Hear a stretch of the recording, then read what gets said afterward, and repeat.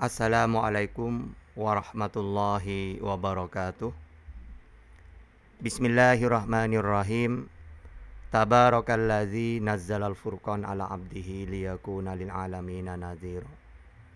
Allahumma shalli wa sallim ala sayyidina wa maulana Muhammadin wa ala alihi wa sahbihi wa barik wa sallim. Rabbi shrah li sadari wa yassir li amri wahlul 'uqdatam min lisani yafqahu qawli, amma ba'd. Alhamdulillah, kita berjumpa lagi dengan Tahta Channel yang membahas tentang debat lintas agama, pengajian kitab, baik itu Al-Quran, hadis, fikih, tafsir, tasawuf, dan yang lain-lainnya. Dan juga ada sesi tanya jawab. Dan yang terakhir adalah video reaction yang tujuannya untuk meluruskan fitnah-fitnah terhadap Islam yang dilakukan oleh orang-orang di luar Islam. Kali ini Tahta akan mereaction videonya Bapak Bambang Nursena, Bapak Bambang, yang mana dia akan membahas tentang ilmu kalam gitu ya. Bahkan yang aneh lagi, dia mengatakan bahwa Islam itu termasuk sekte dari Kristen yang terlahir gitu. Ini lucu banget ya.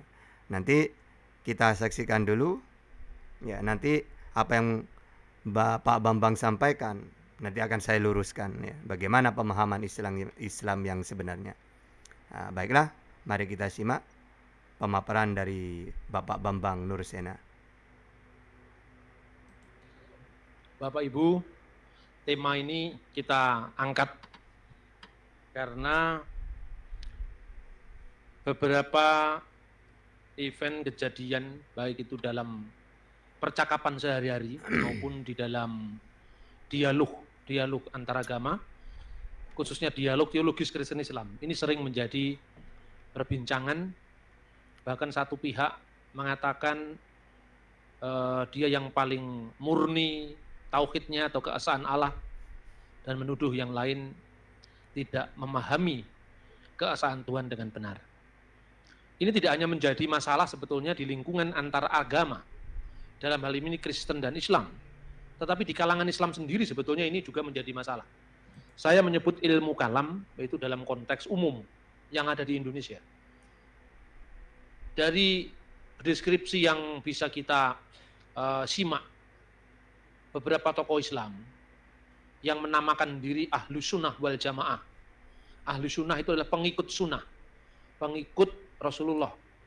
Wal Jamaah artinya yang dianut banyak orang. Satu contoh saja, apabila seorang sholat kemudian menyentuh perempuan, itu membatalkan sholat. Nah, ini salah satu penafsiran dari kelompok Imam Syafi'i. Ketika kita memegang anjing, lebih-lebih ingusnya, itu adalah najis, termasuk najis yang paling berat, najis mughalladhah. Maka menyentuh anjing itu membatalkan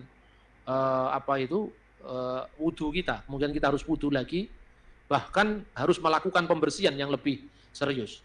Makanya di Indonesia jarang sekali, bukan hanya jarang, tidak pernah pesantren ngingu anjing, memelihara anjing itu tidak pernah. Tetapi perbedaan yang kontras kalau Anda lihat di Irak atau di Mesir, banyak tokoh-tokoh agama Islam itu memelihara anjing, bahkan di Saudi Arabia, karena mereka tidak menganut mazhab Syafi'i, tapi mazhab yang lain lagi, yang memperbolehkan anjing itu bukan najis. Nah, ini mazhab hukum. Imam Malik, Imam Hanafi, Imam Hambali, Imam Syafi'i, ada 4. Tetapi dalam mazhab teologi, nah ini Baiklah, saya akan luruskan ya. Yang perlu saya sampaikan adalah bahwa di dalam Islam itu memang ada perbedaan. Tapi tidak pernah Islam berbeda dalam segi ketuhanan, tidak ada. Siapa itu Tuhan yang benar, siapa Nabi Muhammad, ini tidak pernah ada perbedaan. Karena ini sudah jelas dan ini termasuk usuliyah, ajaran pokok. Para imam madhab, beliau ini berbeda dalam segi furu. Furu itu cabang. Dan semua ulama madhab itu mempunyai dalil, sama-sama ada dalilnya, sehingga kita boleh memilih.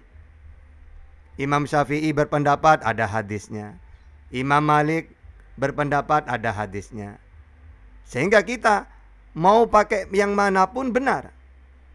Saya contoh,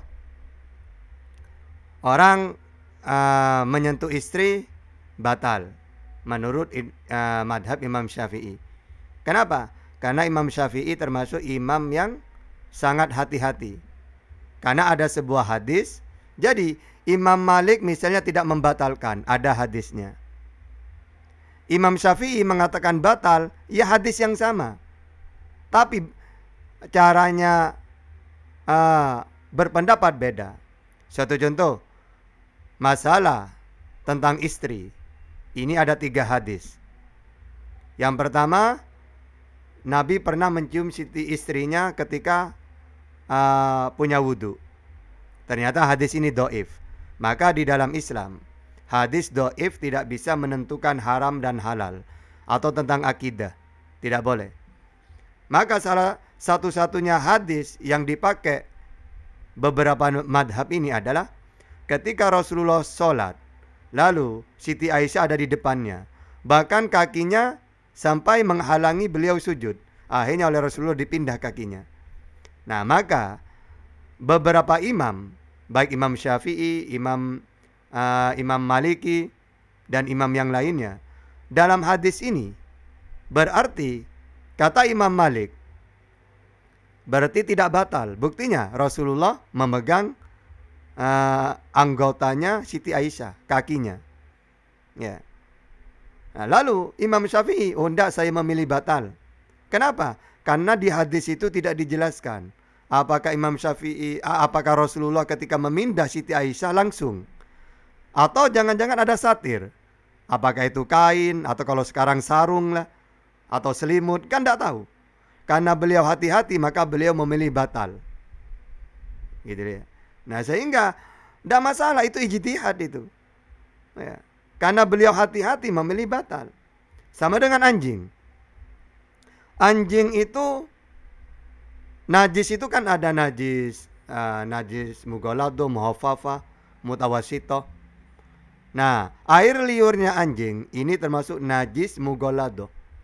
Kalau najis mughalladho berarti harus dibasuh 7 kali, salah satunya dicampur dengan debu. Nah, ini kan air liur.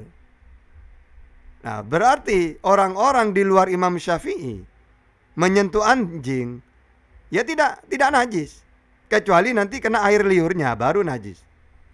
Lalu Imam Syafi'i kenapa kok menyentuh anjing itu walaupun bukan mulutnya? Kenapa walaupun kulitnya, bulunya, kenapa kok dikatakan najis? Sekali lagi, Imam Syafi'i termasuk imam yang sangat hati-hati. Karena kalau kita itu memegang bulunya anjing, kan kita tidak tahu apakah anjing itu waktu sebelum itu apa menjilat-jilat bulunya, kan kita gak tahu. Makanya Imam Syafi'i menyentuh anjing pun yang manapun itu najis, karena beliau hati-hati. Ya, kalau Imam Malik enggak, yang penting saya tidak menyentuh air liurnya, kalau bulunya tidak apa-apa. Kalau Imam Syafi'i enggak, saya hati-hati, karena anjing itu suka menjilat-jilat bulunya, sehingga beliau berpendapat, berijtihad, menyentuh anjing pun maka itu najis mughalladho. Jadi gak apa-apa, itu namanya furu, cabang. Ya, sama dengan kunut. Kunut itu cabang. Mau kunut atau tidak, sama-sama ada hadisnya. Nah, karena Imam Syafi'i orangnya termasuk imam madhab yang tidak mau menyia-nyiakan ibadah, pahala. Dengan kunut kan ada hadisnya. Nah, karena Nabi pernah kunut, dan Nabi juga tidak pernah tidak kunut, menghentikan. Tapi bukan berarti melarang. Sehingga kunut itu tetap sunnah. Gitu ya. Makanya Imam Syafi'i ketika ditanya, wahai Syafi'i, kenapa kamu masih kunut? Padahal Rasulullah cuma melakukan 1 bulan misalnya. Apa kata Imam Syafi'i? apapun yang dilakukan Nabi, kalau itu hukum sunnah, ya, jangankan dilakukan 1 bulan, 1 minggu atau 1 bulan, 1 kali saja Rasulullah melakukan, maka kesunahan itu sampai hari kiamat. Kecuali Rasulullah melarangnya. Nah, sehingga karena beliau itu tidak mau menyia-nyiakan pahala, beliau juga mengharuskan kunut. Walaupun itu sunat abad gitu ya. Ada sunat abad, ada sunat hayat gitu ya. Nah, jadi gitu. Sekali lagi, umat Islam berbeda pendapat di dalam masalah furu, yang mana furu itu dalilnya sudah ada, tinggal bagaimana nanti ulama berijtihad menentukan hukum-hukum dari hadis tersebut. Tidak seperti Kristen. Kalau Kristen itu ada sekte Trinitas, Katolik, Protestan, Oneness, apalah ya, Advent, banyak banget. Itu masalah ketuhanan. Tidak boleh sebenarnya, karena para nabi menjelaskan ketuhanan itu jelas. Walaupun Yesus jelas menyampaikan ketuhanan itu, tapi dipersulit sendiri oleh orang-orang setelah Yesus tidak ada. Kalau Islam gak ada, udah final hal seperti itu. Gitu ya. Oke, mari kita lanjutkan lagi. Ini yang jarang muncul di permukaan. Mazhab teologi itu khususnya dulu muncul paham Mu'tazilah. Mu'tazilah itu dipimpin pertama kali oleh seorang yang bernama Wasil bin Atta. Dan Mu'tazilah itu muncul sebetulnya pertama kali lebih merupakan reaksi dari teolog-teolog Kristen sebetulnya. Ada satu buku yang cukup menarik dari kalangan Islam yang pernah diterbitkan, Sejarah Ilmu Kalam. Buku itu membahas tentang reaksi Wasil bin Atta terhadap pandangan Bapak Gereja Timur yang bernama Yohanes Damaskus. Nah, Yohanes Damaskus itu kira-kira gini supaya kita bisa memahami. Tentu ini akan saya bagi dalam 2 season minimal. Season yang pertama sekarang belum bisa menuntaskan seluk-beluk kerumitan pemahaman ilmu kalam dikaitkan nanti dengan Trinitas. Jadi kira-kira pada awal dinasti Umayyah, setelah Nabi Muhammad, Abu Bakar, Umar, Utsman, Ali, kemudian pemerintahan negara Islam yang dulunya dipusatkan di Madinah dipindah ke Damaskus. Nah, pada awal-awal pemerintahan dinasti Umayyah itulah hidup seorang teolog yang sangat terkenal di dunia Kristen Timur khususnya, namanya adalah Yohanes Damaskus. Nah, Yohanes Damaskus itu sejak kakeknya dia mengabdi pada pemerintahan dinasti Umayyah, yaitu keluarga Mansur. Karena awal-awal pemerintah Islam itu membutuhkan administrator Kristen, intelektual Kristen, penerjemah Kristen. Makanya keluarga Mansur ini mulai dari zaman kakek, anak, sampai cucunya, yaitu Yuhanna Mansur atau Yohanes Mansur ad-Dimaski. Di Indonesia kalau Yohanes itu tidak dikaitkan dengan Mansur. Yuhanna Mansur ad-Dimaski, yang meskipun akhirnya dia meninggalkan kehidupan politik, hingar-bingarnya dunia politik, lalu dia menyendiri menjadi seorang rahib atau biarawan di Dir Marsaba di Yerusalem. Itu kelihatan sekali kalau dari atas bukit itu di biaranya itu harus dinaik karena di atas bukit. Nah, disitulah dia menghabiskan masa tuanya dengan menulis buku, menulis apologetika terhadap kesalahpahaman Islam. Dia menulis salah satu buku yang terkenal itu namanya De Harisibus, yang artinya bidat-bidat. Lalu di situ dia menggolongkan Islam sebagai salah satu aliran Kristen terakhir yang namanya heresi Kristen, yang menyangkal keilahian firman Allah karena menurut Yohanes Damaskus dipengaruhi oleh ajaran Arianisme.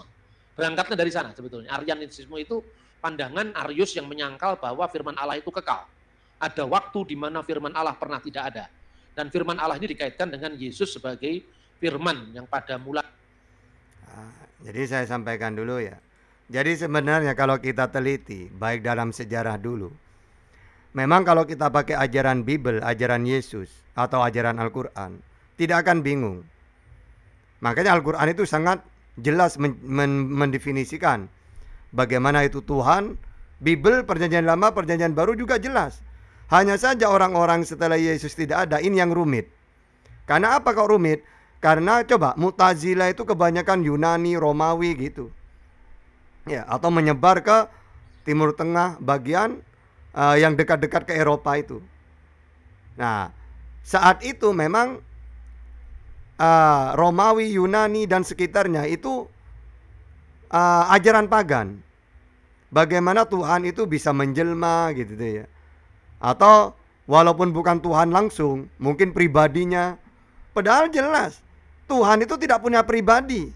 Ya, cukup satu dia. Ya.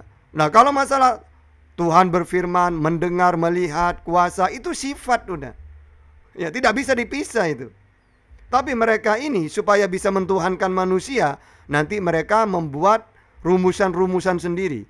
Misalnya Yesus itu firman Tuhan jadi manusia. Ini gak ada dalilnya kayak gini. Baik dalam Al-Quran atau dalam hadis atau dalam Bible, gak ada. Karena sudah dikunci, baik Al-Quran atau Alkitab, bahwa Tuhan itu tidak sama dengan apapun. Ini kalau dalam perjanjian lama ya, itu ada di Keluaran 9:14, ada Yesaya 40:18, Markus 12:32. Jadi intinya tidak serupa. Maksud tidak serupa itu apa? Kalau Allah itu disamakan menjelma jadi manusia, itu serupa udah. Ya. Nah, sehingga kata-kata laisa kamitslihi syai'un kalau dalam Islam tidak sama dengan apapun. Maka ketika Allah itu disamakan dengan apapun, berarti itu sudah bukan Tuhan. Karena para nabi menyampaikan Tuhan tidak seperti itu. Makanya ketika nanti tangannya Allah, wajahnya Allah, itu ditakwil. Tujuannya mentakwil itu supaya manusia tidak tersesat. Karena nanti orang awam akan menjisimkan Allah. Sehingga harus ditakwil. Ar-Rahmanu 'alal arsy istawa. Itu ditakwil. Maksudnya itu menguasai.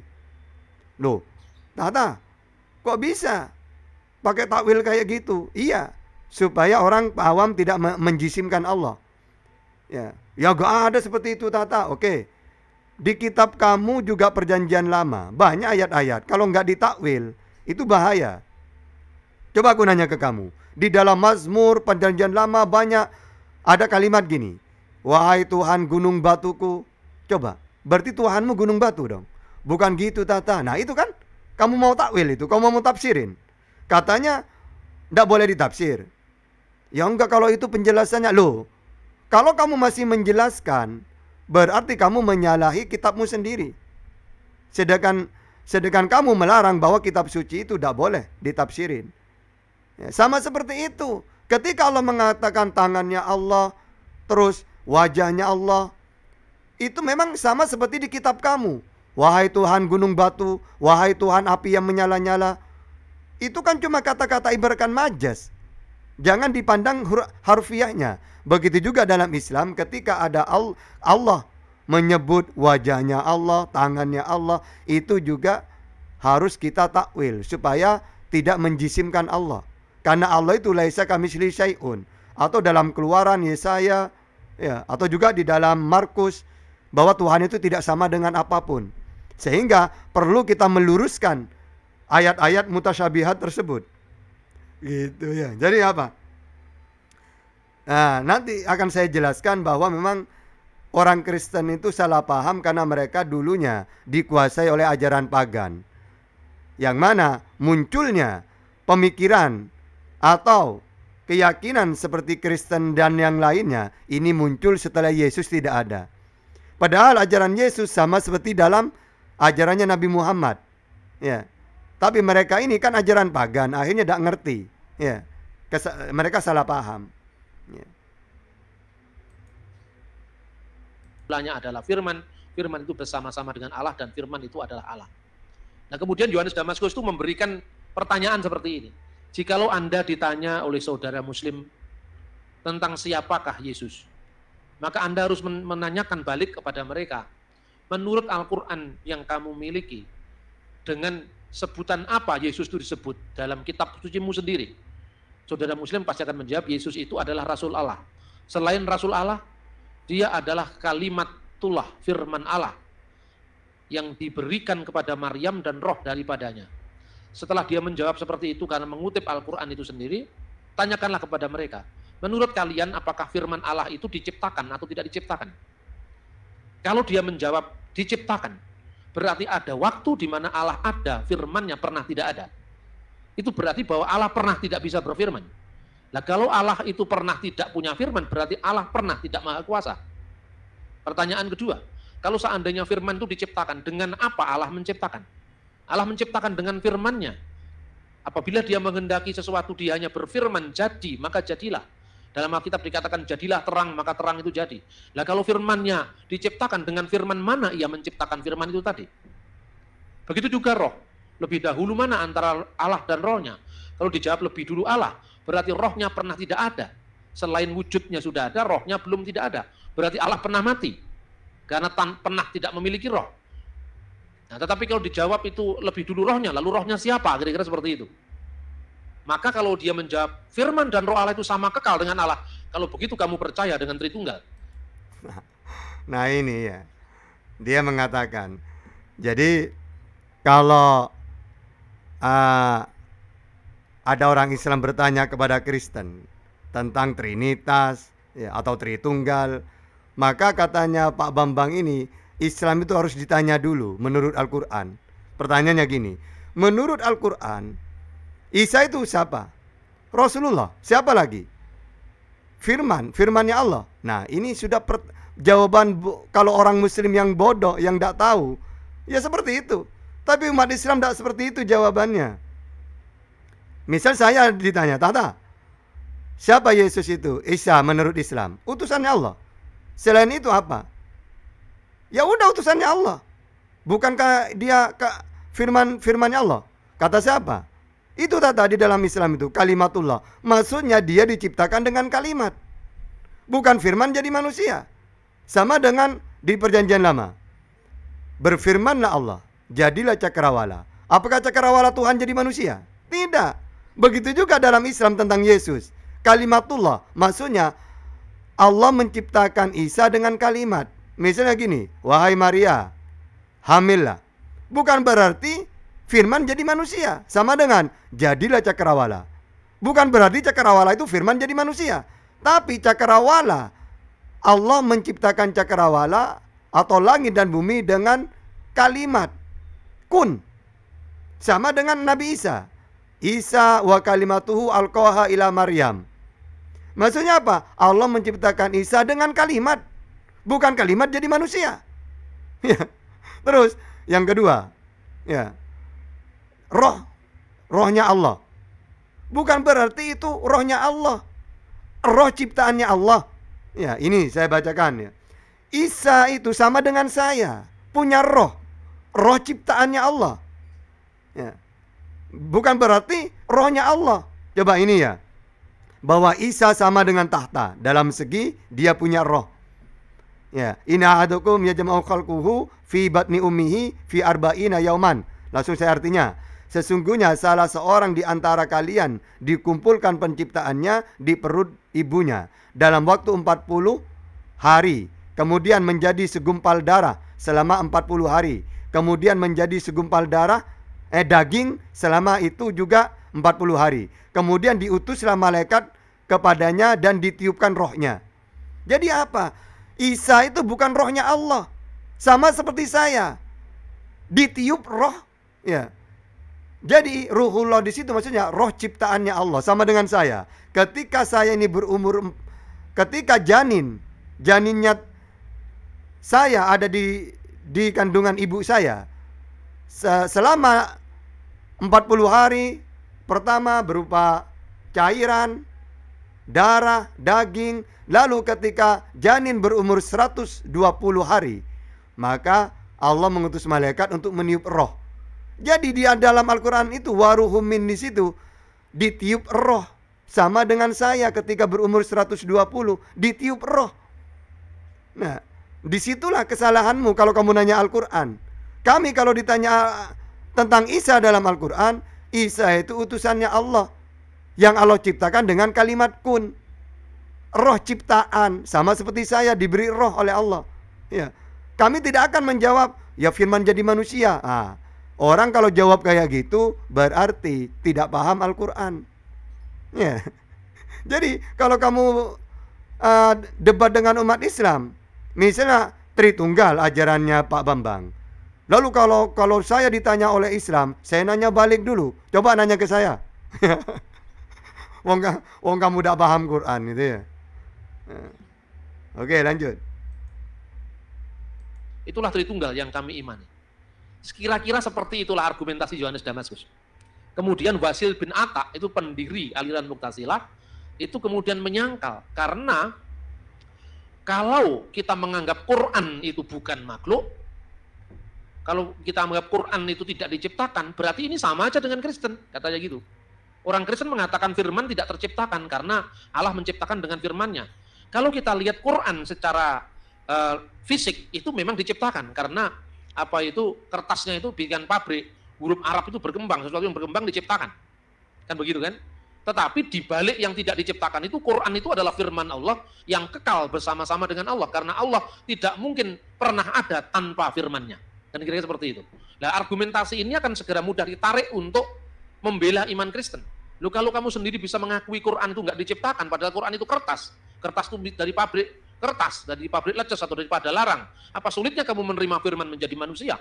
Loh, Yesus kan mati, loh, kertas kan bisa terbakar juga. Kira-kira seperti itu. Nah, ini juga ya. Iya, kalau orang yang ditanya itu orang nggak tahu. Sekarang gini loh ya. Dia mau menyamakan Isa itu Yesus dengan Al-Quran. Kalau Al-Quran memang firman-Nya Allah, bukan makhluk. Karena firman-Nya Allah itu tidak diciptakan. Tapi kalau Isanya, Yesusnya diciptakan. Yang dikatakan firman itu bukan ciptaan adalah firman yang Allah yang berikan kepada para nabi. Misalnya Nabi Musa. Taurat itu firman-Nya Allah karena ajaran dari Allah. Al-Quran adalah firman-Nya Allah karena Nabi Muhammad menerima wahyu. Injil itu juga firman-Nya Allah yang Yesus terima dari Tuhannya. Jadi kalau kamu mau menyamakan bahwa kalau firman-Nya Allah itu tidak diciptakan, yaitu seperti Al-Quran, maka kamu samakan Al-Quran dengan Injil seharusnya, bukan dengan Yesusnya. Kalau Yesus sama seperti Musa, seperti Nabi Muhammad, penyampai firman. Sedangkan firman yang tidak diciptakan itu adalah firman yang Yesus terima, kalau dibukukan menjadi Injil dalam Islam. Atau firman yang Nabi Muhammad terima, dibukukan menjadi Al-Quran. Nah, kamu kan salah paham Al-Quran dengan Yesus. Ya gak sama. Al-Quran seharusnya dengan Injil. Dua-duanya firman-Nya Allah. Injil diturunkan kepada Yesus, Al-Quran diturunkan kepada Nabi Muhammad. Jadi yang dikatakan di dalam Islam firman tidak diciptakan adalah firman yang para nabi terima. Itu ucapannya Allah. Kalau ucapannya Allah berarti firman itu sifatnya Allah. Sama seperti Allah berbicara, berarti Allah tidak bisu, itu sifat. Allah mendengar, berarti Allah tidak tuli. Allah maha tahu, berarti Allah itu tidak buta. Gitu ya. Atau Allah itu kudrat, gitu ya. Berarti Allah itu tidak lemah, dia kuasa. Semua itu sifat-sifat, tidak bisa dipisah udah. Sehingga kalau kau mengatakan, loh apa sulitnya? Kalau Islam itu menolak Tritunggal, menolak Yesus, Allah menjadi Yesus, firman-Nya jadi manusia. Bukankah firman juga di dalam Islam tidak diciptakan, yaitu Al-Quran? Nah iya, Al-Quran itu tidak diciptakan, sama seperti firman yang Yesus yang Yesus terima. Itulah firman-Nya Allah, bukan Yesusnya. Nah, Kristen kan salah paham. Padahal yang dimaksud firman tidak diciptakan adalah firman yang Yesus terima. Segala firman yang kau sampaikan kepadaku telah kusampaikan. Sama dengan Nabi Muhammad. Segala wahyu yang Rasulullah terima sudah disampaikan kepada umatnya. Kalau dibukukan menjadi Al-Quran, terus segala firman yang kau sampaikan kepadaku telah kusampaikan kepada mereka. Andaikan oleh mereka dibukukan menjadi Injil, maka Injil dan Al-Quran inilah firman-Nya Allah yang ghairul makhluk. Kalau Isa, Yesus, Musa, Nabi Muhammad, makhluk, diciptakan itu. Nah disitulah kesalahpahamannya. Aduh, lucu ini. Maka Wasil bin Atta mengatakan bahwa Quran itu tercipta. Tuh, lalu bagaimana ketika Allah mengatakan Allah menciptakan dengan firman-Nya? Sesungguhnya yang disebut firman, yang disebut kudrat, yang disebut irodat, itu adalah zat Allah sendiri. Itu hakikat Allah sendiri. Tapi kan Quran mengatakan Allah itu punya mata. Mata Allah di segala tempat. Allah mengatakan Quran mengatakan Allah menciptakan dengan kedua tangannya.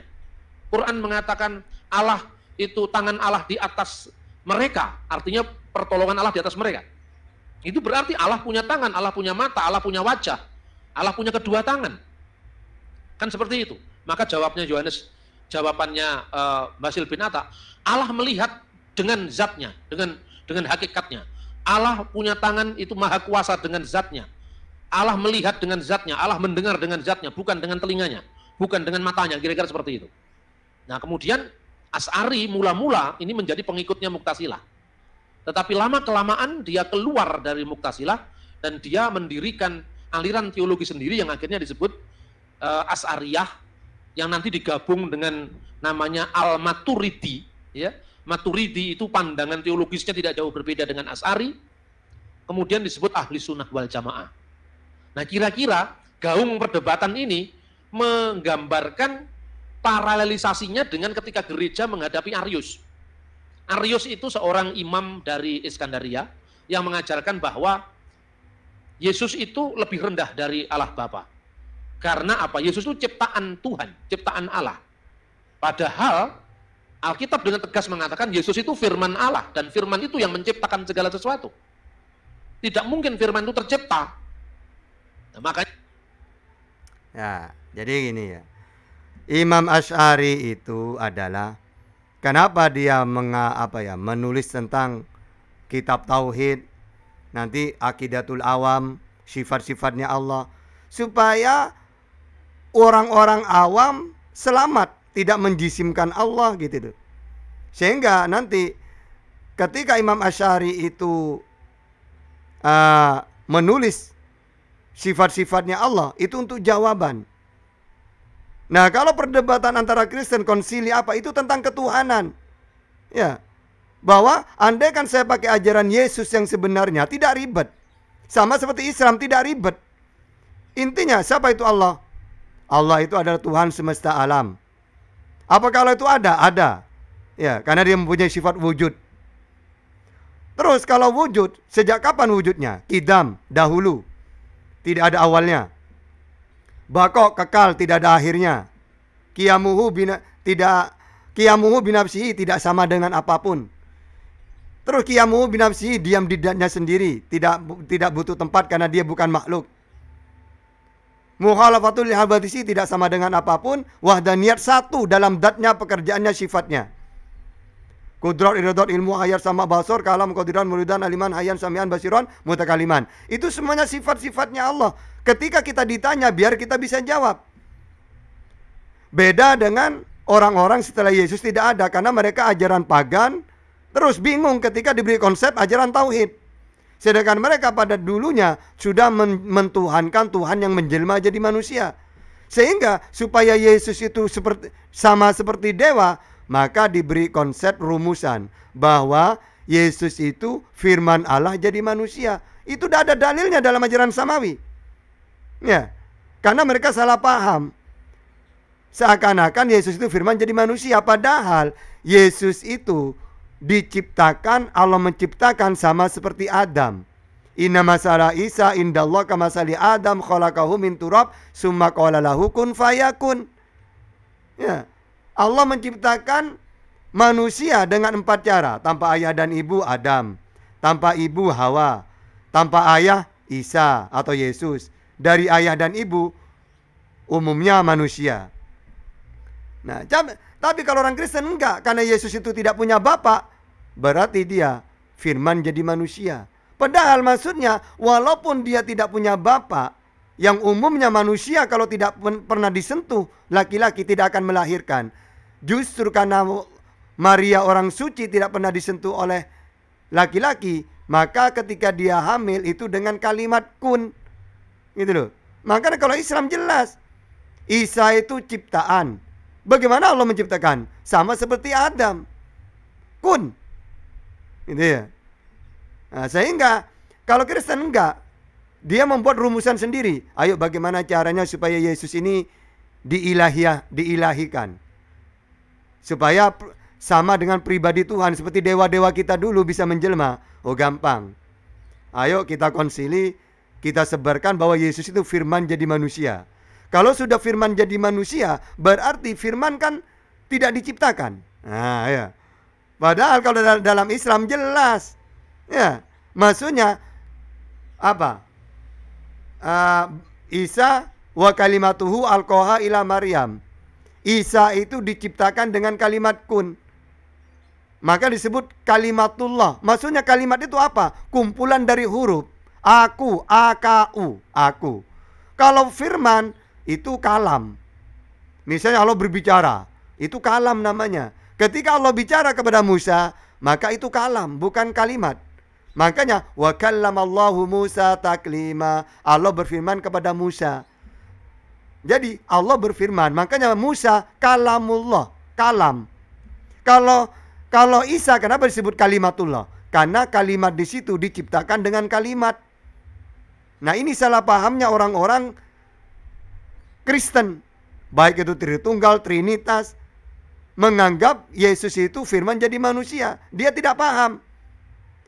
Karena mereka ajaran Mu'tazilah, ajaran-ajaran pagan-pagan, Romawi Yunani, mereka mempunyai rumusan bagaimana caranya Yesus supaya dituhankan. Maka dirumuskan, ya, diberikan pemahaman bahwa Yesus itu firman jadi manusia. Padahal yang benar Allah menciptakan Yesus dengan kalimat kun. Sama dengan pesulap. Bim selabim, jadilah burung. Bukan berarti suara saya jadi burung, bukan. Saya menciptakan burung dengan kalimat bim selabim. Nah, disitulah kekeliruan orang-orang Tritunggal gitu tuh ya. Seperti Pak Bambang itu. Tidak ngerti dia ajaran-ajaran tentang akidah. Tentang akidahnya para nabi. Ya, sehingga mengatakan Islam itu sebenarnya sekte. Kenapa kok sekte Kristen yang akhir? Karena Islam itu percaya bahwa Quran itu firmannya Allah, tidak diciptakan. Iya memang. Ya. Nah, Yesus kan tidak diciptakan juga. Kamu salah. Yesus diciptakan. Yang tidak diciptakan itu adalah firman yang Yesus terima. Segala firman yang kau sampaikan kepadaku telah kusampaikan kepada mereka. Injil. Itu tidak diciptakan firmannya Allah. Atau Taurat. Atau Al-Quran. Jadi Al-Quran, Injil, Taurat itu firmannya Allah. Kalau firmannya Allah, yang mana firman itu kata-kata, ucapan, berarti sifat.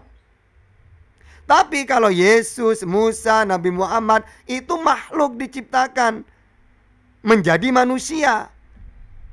Kalau sudah makhluk, dia manusia, berarti ciptaan. Lalu ciptaan itu menerima firman. Firman ini firmannya Allah, tidak diciptakan. Maka yang dikatakan firmannya Allah adalah firman yang para nabi terima, bukan nabinya yang firman. Ini aneh. Yesus penyampai firman dianggap firman. Padahal yang dikatakan kalamullah itu yang tidak diciptakan adalah firman yang Yesus terima. Apa yang aku sampaikan sesuai apa yang difirmankan oleh Allah kepadaku. Itu yang tidak diciptakan. Udah disampaikan. Ya. Gitu salah pahamnya. Ya, maka jangan ngutip-ngutip Al-Quran. Ya. Rohnya Allah. Ya. Allah itu tidak punya roh. Kata-kata Allah itu roh, maksudnya Allah itu goib. Makanya Allah itu roh, sembahlah dengan roh. Maksudnya Allah itu goib, tidak kelihatan. Sembah dengan goib juga, yaitu husu. Makanya dalam Islam, anta budallah ka'annaka tarahu wa ilam yakun tarahu fa innahu yarak. Ini kalau saya menggabungkan, maksudnya Tuhan itu roh, sembah dengan roh. Allah itu goib, tidak kelihatan, sembah dengan goib juga, yaitu husu. Husu kan goib. Kalau dalam bahasa dulu, roh. Gitu. Bukan berarti Allah punya roh.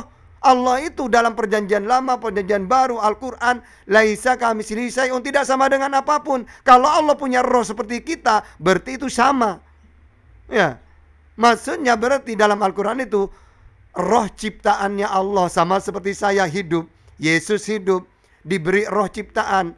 Makanya kalau saya baca baca dalam Yol 2:28, Kemudian daripada itu akan jadi bahwa aku Tuhan mencurahkan rohku kepada segala manusia. Kepada Yesus, kepada saya. Berarti Yesus itu bukan rohnya Allah, tapi roh ciptaannya Allah yang ada pada semua manusia. Sehingga manusia hidup. Kamu berarti tidak paham Bible juga berarti. Ayo, lanjut lagi. Makanya kemudian dihadapi oleh sebuah konsili atau muktamar besar yang diadakan di istana musim panasnya Konstantin, Kaisar Roma saat itu, yaitu di kota Iznik. Sekarang waktu namanya Nisea.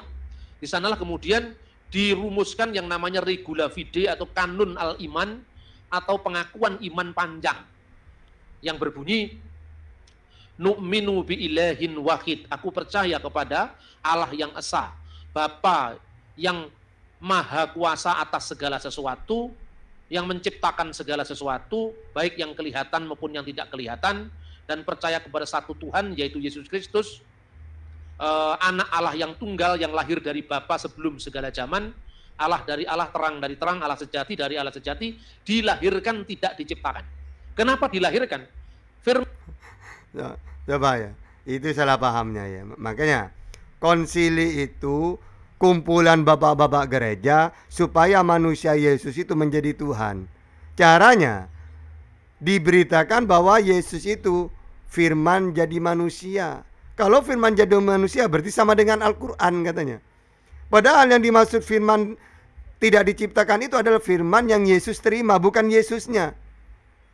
Jadi Yesus itu tidak diciptakan tapi dilahirkan. Apa bedanya dengan saya? Saya juga dilahirkan. Ya. Jadi apa ya? Itulah kesalahpahaman kalau tidak paham Bible, tidak paham Alkitab. Orang Yahudi lu tidak pernah punya pemahaman kayak gitu. Yesus andaikan ada, pasti mereka itu tidak akan konsili, jelas seperti Islam. Pokoknya Tuhan itu adalah Esa, tidak sama dengan apapun. Sedangkan Tuhan sedangkan Tuhan orang-orang pagan, ya Tuhan itu bisa turun, bisa jadi manusia gitu. Itu kesalahannya orang-orang konsili-konsili itu. Mereka berusaha supaya manusia Yesus ini sama seperti iman yang dulu. Dulu kan mereka menyembah dewa-dewa jelmaan manusia, jelmaan dewa. Ya makanya termasuk 25 Desember itu kan kelahiran dewa-dewa itu. Tidak dirubah. Ketika mereka itu mengimani Yesus sebagai jelmaan Tuhan, sebagaimana dulu mereka mentuhankan manusia jelmaan dewa. Seperti Zeus gitu, dewa Zeus. Atau kalau di India, Dewa Wisnu menjelma jadi Krishna gitu. Bhisma, putra Gangga, dewa Gangga lah, atau dewa Surya. Ya. Itu kan banyak ajaran kayak gitu itu. Tuhan dilahirkan. Ya. Jadi kalau kita pakai ajaran Samawi, orang Israel itu ya masih tauhid orangnya. Maksudnya apa? Kafirnya orang Yahudi itu tidak beriman kepada Nabi Muhammad. Sekalipun mereka itu tidak seperti Kristen, tidak pernah menjisimkan Allah, sama seperti Islam. Tapi mereka juga sesat karena mereka tahu kebenaran tapi tidak beriman. Termasuk diutusnya Nabi Muhammad. Maka mereka kafir karena tidak percaya kepada utusannya Allah. Gitu ya. Nah, yang parah ini Kristen ini. Kristen muncul ketika Yesus tidak ada. Padahal Yesus sudah mengenalkan Tuhan itu Esa, yaitu Allah. Ya. Dan Yesus sendiri utusannya Allah. Udah, selesai. Sama dengan Islam. Allah itu Tuhan semesta alam. Nabi Muhammad utusannya Allah untuk seluruh dunia. Selesai. Tinggal ajaran-ajaran yang lain yang kita harus lakukan. Tinggal wahyu yang para nabi, yang Nabi Muhammad terima. Kan ada perintah larangan, itu yang dilakukan. Yesus juga gitu. Dia sudah mengenalkan Tuhan, udah final. Siapa dirinya final. Tinggal orang-orang yang mau beriman kepada dia di zamannya. Karena dia diutus untuk Israel saja. Tinggal mengikuti apa saja yang Yesus terima dari Tuhannya. Kalau perintah lakukan, kalau larangan ya jangan dilakukan. Gitu, udah selesai. Tapi ketika Yesus tidak ada, baru muncul-muncul ajaran pagan supaya Yesus ini menjadi Tuhan. Supaya sama dengan ajaran sebelumnya, yaitu dewa menjelma jadi manusia, nanti manusia ini didewakan juga. Akhirnya membuat konsili bahwa Yesus adalah kalamullah, firman jadi manusia. Padahal kata Yesus, kata perjanjian lama, perjanjian baru, kata Al-Quran, Yesus itu adalah diciptakan dengan kalimat, bukan firman jadi manusia. Ya, nggak pernah Yesus mengatakan kayak gitu. Itu semua ajaran pagan, ya, supaya bisa mentuhankan manusia gitu. Nah, itulah hasil dari konsili. Firman itu sebelum Allah menyatakan diri melalui sang firman. Jadi tidak seorang pun pernah melihat Allah, Yohanes pasal 1 ayat 18. Tapi anak tunggal yang di pangkuan Bapa, dialah yang menyatakannya. Apa maksudnya anak tunggal yang di pangkuan Bapa? Firman Allah yang bersama-sama dengan Allah, dan firman Allah itu adalah Allah. Yesus sudah ada sebelum Abraham. Yesus sudah ada sebelum langit bumi tercipta. Karena apa? Sebagai firman Allah, Yesus mencipta semuanya, kan gitu kan. Nah, itulah sebabnya maka dilahirkan. Ketika firman itu keluar dari wujud Allah seperti pikiran saya, keluar dari diri saya menjadi kata-kata. Sebelumnya kata-kata saya, pikiran saya sudah ada bersama dengan diri saya. Nah, jadi menurut orang Kristen ini ya, ketika Allah menciptakan segala sesuatu, jadilah bumi, jadilah cakrawala, ini bisa dikatakan bahwa firman jadi manusia. Sama seperti dalam Al-Quran, ya. Wa kalimatuhu alqaha ila Maryam. Ya, itu kalau orang Kristen mengartikan bahwa Isa itu firman jadi manusia karena kalimatullah. Padahal maksudnya kalimatullah di situ Allah menciptakan dengan kalimat. Banyak itu mudhaf ilah itu. Sama dengan Khalid bin Walid. Khalid bin Walid ini panglima terhebat dalam Islam. Setiap peperangan selalu menang. Lihai memainkan pedang. Akhirnya dijulukin pedangnya Allah, Syaifullah. Bukan berarti pedangnya Allah beneran. Maksudnya dia lihai memainkan pedang. Sama dengan Isa kalimatullah. Bukan berarti firman jadi manusia. Tapi Allah menciptakan dengan kalimat, maka disebut kalimatullah. Karena umumnya manusia itu lahir dari ayah dan ibu. Tapi Maryam kan tidak pernah berhubungan. Sehingga dia hamil itu Allah ciptakan dengan kalimat kun. Makanya inna masalah Isa indallah kama sali Adam khalaqahu min turab summa qala lahu kun fayakun. Terus kalau dikatakan ruhullah gimana? Maksudnya mudhaf ilaih, roh ciptaannya Allah. Sebagaimana dalam perjanjian lama Allah mencurahkan rohnya kepada semua manusia. Atau dalam hadis, ketika janin berumur 120, maka Allah mengutus malaikat untuk meniup roh. Gitu ya. Jadi apa? Kalau Islam itu bisa menjawab semuanya. Dan final masalah ketauhidan, akidah, udah final. Ya. Nah, kalau orang-orang yang Yesus setelah Yesus tidak ada ini karena mereka ajaran pagan dulunya, maka mereka selalu berusaha konsili-konsili bagaimana caranya manusia Yesus itu menjadi Tuhan. Maka jalan satu-satunya disimpulkan bahwa Yesus adalah firman-Nya Allah itu sendiri. Maka ini ajaran di luar samawi. Karena kata Yesus, orang Israel pun tidak pernah punya iman kayak gitu. Karena Israel itu kitabnya memakai Taurat, ya. Atau orang-orang yang percaya kepada Yesus. Tidak pernah Yesus mengajarkan kayak gitu. Intinya Allah itu Esa, tidak tampak, udah. Tidak sama dengan apapun. Ya. Nah, baru setelah Yesus tidak ada, karena memang ajaran pagan ini pinginnya manusia itu berfisik, bisa dilihat. Maka mereka berusaha bagaimana caranya manusia Yesus itu sama seperti dulu dewa menjelma jadi manusia. Oh, gitu ya.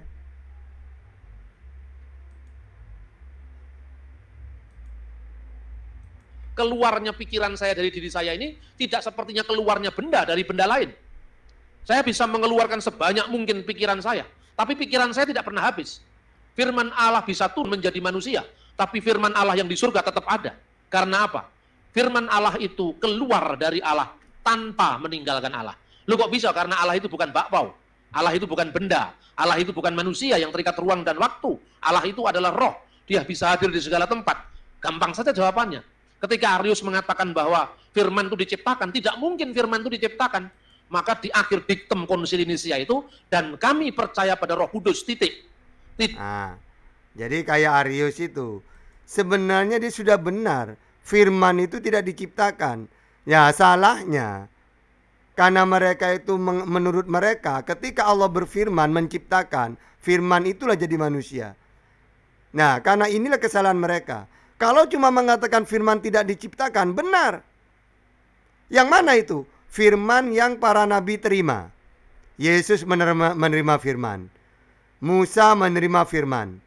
Nabi Muhammad menerima firman. Maka yang Musa, yang Yesus, yang Nabi Muhammad terima, itulah firman Tuhan yang bukan ciptaan. Bukan orang yang menerima. Kalau Yesus sendiri adalah ciptaan yang Allah ciptakan dengan kalimat. Makanya kata Allah dalam Al-Quran, ini orang-orang Kristen ini ya tidak paham apa-apa. Sehingga oleh Allah itu dijelaskan, jangan kamu mentuhankan Isa yang aku ciptakan tanpa ayah. Ya. Karena aku menciptakan manusia memang dengan 4 cara. Semuanya ciptaan. Adam tanpa ayah dan ibu dari tanah. Hawa tanpa ibu. Isa tanpa ayah. Dan umumnya manusia dari ayah dan ibu. Semuanya ciptaanku. Tujuanku menciptakan manusia beda-beda. Walina ja'alahu ayatan linnas. Sebagai tanda bahwa Allah kuasa. Jadi aneh kalian ini, kata Allah.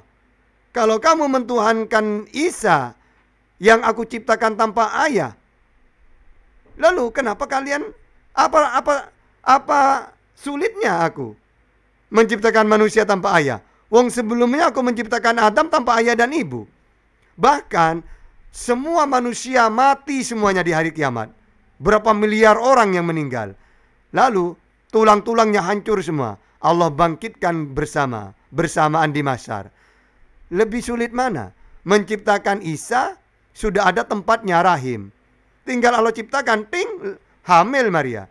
Lebih sulit mana? Dengan Allah membangkitkan seluruh dunia yang miliaran meninggal, tulangnya hancur, lalu oleh Allah dibangkitkan bersama di mahsyar. Lebih sulit mana dengan itu? Jadi kalau kalian mentuhankan Isa gara-gara tanpa ayah, nah ini lucu. Enggak, Tata. Kami imani bahwa Yesus itu firman-Nya Allah jadi manusia. Gak ada dalilnya. Bahkan Yohanes 1 ayat 1, orang Kristen sendiri tidak percaya itu. Sisipan katanya. Bahkan walaupun bukan sisipan, ya gampang. Ya. Tadi kan mengatakan tadi Pak Bambang. Loh, kalau Allah itu, kalau firman itu diciptakan, dengan apa diciptakan? Padahal Allah menciptakan dengan firman. Nah, kalau firman diciptakan dengan apa? Nah, sama dengan gini, Yohanes 1 ayat 1. Pada mulanya firman. Loh, kok pada mulanya firman? Firmannya siapa? Ya firmannya Allah. Loh, berarti duluan mana firman dan Allah? Duluan Allah. Loh, kok pada mulanya firman? Nah, kan ribet kan? Ya seharusnya Allah, ya sudah. Allah itu maha mendengar, melihat. Ya Allah itu bisa bicara, udah gitu. Jadi tidak usah pada mulanya firman. Pada mulanya firman itu kan suara. Pada mulanya suara. Loh, suara. Suaranya siapa? Suaranya Allah. Ya iyalah. Kan Allah kan tidak bisu. Seharusnya kan gitu kan. Jadi pada mulanya Allah. Ya udah Allah, tidak ada awalnya. Tidak usah pada mulanya firman. Loh, kok pada mulanya firman? Firmannya siapa? Firmannya Allah. Kan lucu kan ya. Yang benar itu Allah menciptakan segala sesuatu dengan firman-Nya. Termasuk menciptakan Yesus, Adam, kun. Nah, berarti ciptaan gitu ya. Nah, tidak bingung sebenarnya. Islam itu tidak pernah bingung, apalagi akidah. Ya. Belum dijelaskan Roh Kudus itu dari mana hubungannya dengan Bapa atau wujud Allah seperti apa, hubungannya dengan firman atau putra Allah seperti apa. Aku percaya kepada Roh Kudus, titik. Dan kepada orang yang berkata, pernah ada waktu di mana firman Allah pernah tidak ada, atau diciptakan dari ketiadaan, diciptakan dari tidak ada menjadi ada, atau dia memiliki hakikat lain dari wujud Allah, atau dia bisa rusak, atau bisa berubah, bisa bergeser. Maka terhadap ajaran yang demikian, gereja yang satu, yang kudus dan yang apostolik mentahrim atau menyatakan semuanya adalah sesat. Itu tahun 325. Jadi jauh sebelum ilmu kalam Islam itu muncul. Nah, akhirnya dalil bahwa firman Allah tidak diciptakan itu kemudian digemakan kembali oleh ahli sunnah wal jamaah, khususnya Imam Asy'ari ketika menghadapi aliran Mu'tazilah yang seperti Arius menyangkal firman Allah itu tidak kekal karena firman Allah itu ciptaan, Quran itu ciptaan, maka kemudian ada ungkapan man khola innal Quran makhlukun fahuwa kafir. Barang siapa mengatakan bahwa Al-Quran itu diciptakan, maka dia kafir. Nah, iya ya. Itu tidak salah itu. Barang siapa yang mengatakan Quran, Quran kan firmannya Allah, ciptaan, itu kafir. Tidak masalah. Nah, salahnya Pak Bambang ini menyamakan Al-Quran dengan Yesus. Padahal Yesus sendiri menerima firman. Nah, seharusnya firmannya Allah yang tidak diciptakan itu adalah firman yang Yesus terima, bukan Yesusnya. Kalau Yesusnya Allah ciptakan dengan kalimat, sama seperti Adam. Gitu ya. Nah, jadi apa? Kesalahan orang Kristen itu ketika memakai dalil Al-Quran, ya, bahwa Al-Quran itu tidak diciptakan karena firmannya Allah. Nah, berarti Yesus itu karena firmannya Allah tidak diciptakan juga, ya gak nyambung. Karena yang dikatakan firmannya Allah itu adalah firman yang Yesus terima. Kalau dibukukan Injil. Atau firman yang Nabi Muhammad diterima. Dibukukan Al-Quran. Jadi Al-Quran dengan Injil dua-duanya wahyu firmannya Allah. Yang diterima oleh Nabi. Maka itulah yang bukan ciptaan. Bukan orang yang menerima. Jadi lucu itu ya. Bersilang gitu ya. Seharusnya Yesus sama dengan Nabi Muhammad, yaitu manusia sebagai utusannya Allah.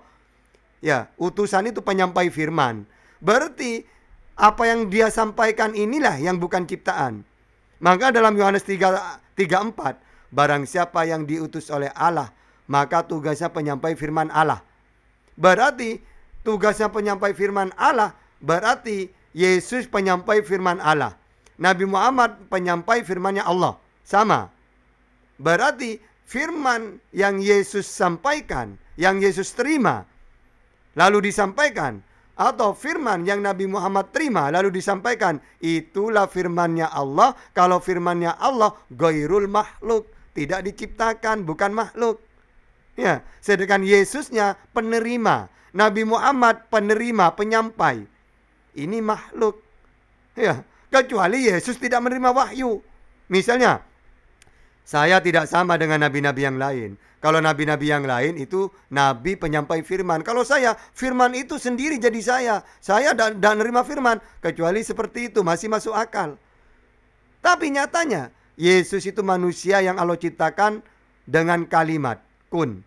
Lalu Yesus ketika umur 30 diutus oleh Allah menyampaikan firman. Segala firman yang kau sampaikan kepadaku telah kusampaikan kepada mereka. Nah, ini yang Yesus terima, inilah sama seperti Al-Quran. Berarti bukan ciptaan. Kalau Yesusnya ya ciptaan gitu loh. Aduh, gimana? Gelar tinggi. Tentu maksudnya bukan kertasnya itu nggak diciptakan. Bukan wujud fisiknya nggak diciptakan. Karena jelas wujud fisik Quran yang bisa rusak, yang bisa terbakar, yang bisa robek, itu bukan hakikatnya. Tapi hakikatnya firman Allah yang terkandung di dalamnya tidak bisa rusak, tidak bisa bergeser. Kira-kira seperti itu. Penegasan ini mirip satu sama lain, tapi tentu ada bedanya. Nah, inilah Asy'ari. Kemudian Asy'ari punya pandangan beda dengan Mu'tazilah.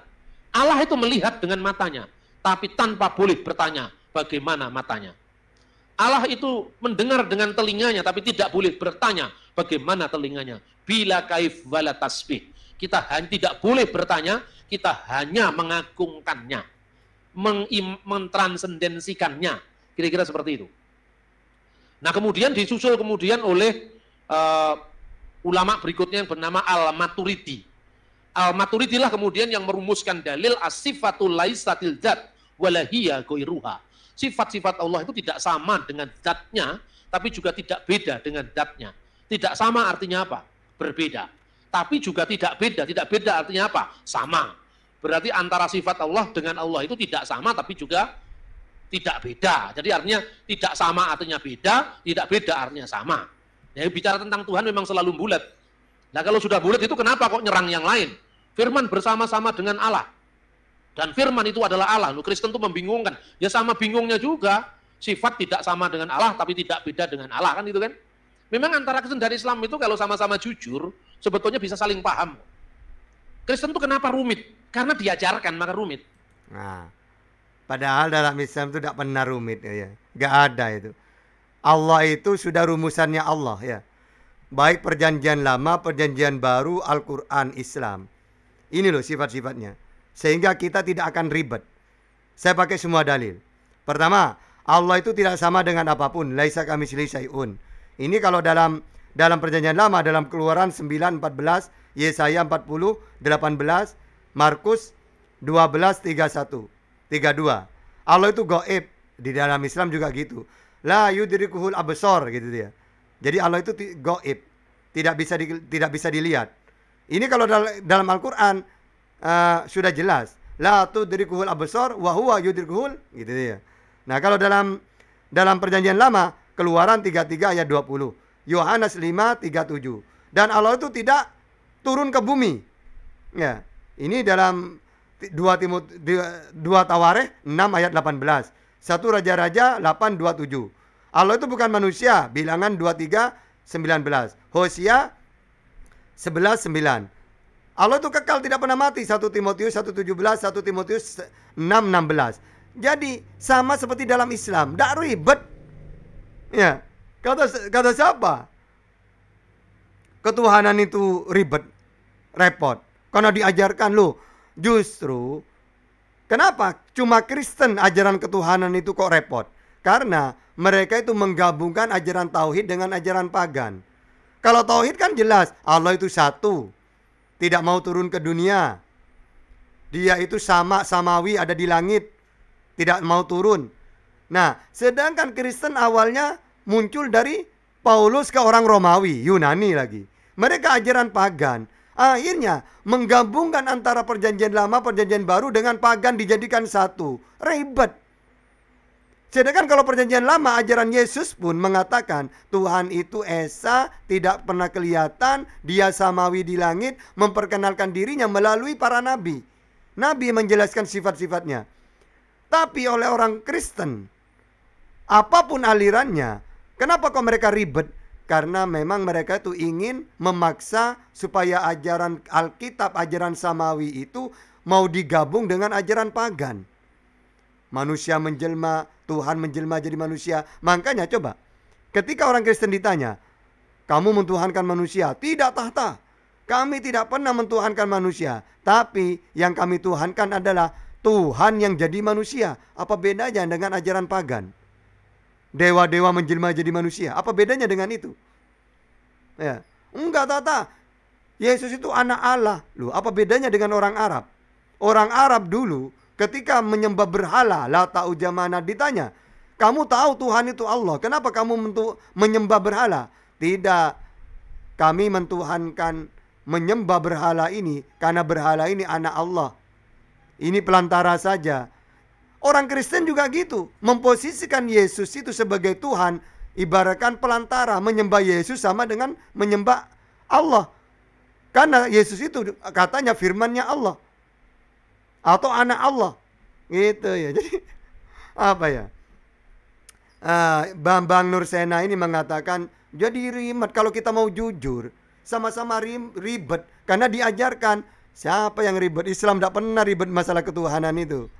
Makanya kalau debat itu kalian selalu kalah. Ya, karena kalian ini memaksa ajaran pagan dimasukkan ke ajaran samawi. Yang mana ajaran samawi itu 100% beda dengan pagan. Allah itu esa, kalau pagan pasti banyak dewa-dewanya. Allah itu tidak mau turun ke dunia, tapi kalau pagan bisa menjelma jadi manusia. Turun, nanti dituhankan juga. Itu ya. Ibadahnya kami ke bait suci, menghadap Allah, berkiblat kepada bait suci, bait Allah. Sama di dalam Mazmur perjanjian lama, ya, para nabi menyembah Allah berkiblat, punya kiblat. Sama dengan Islam, menyembah Allah menghadap ke kiblat. Kiblat itu bukan disembah, tapi menyembah Allah sama dengan Mazmur. Aku menyembahmu Allah menghadap ke bait sucimu.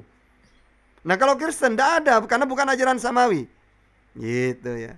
Oke, mungkin itu saja dulu ya, karena ini hari Jumat.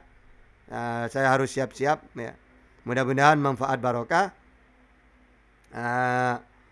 Kita akhiri dengan kafaratul majelis. Bismillahirrahmanirrahim.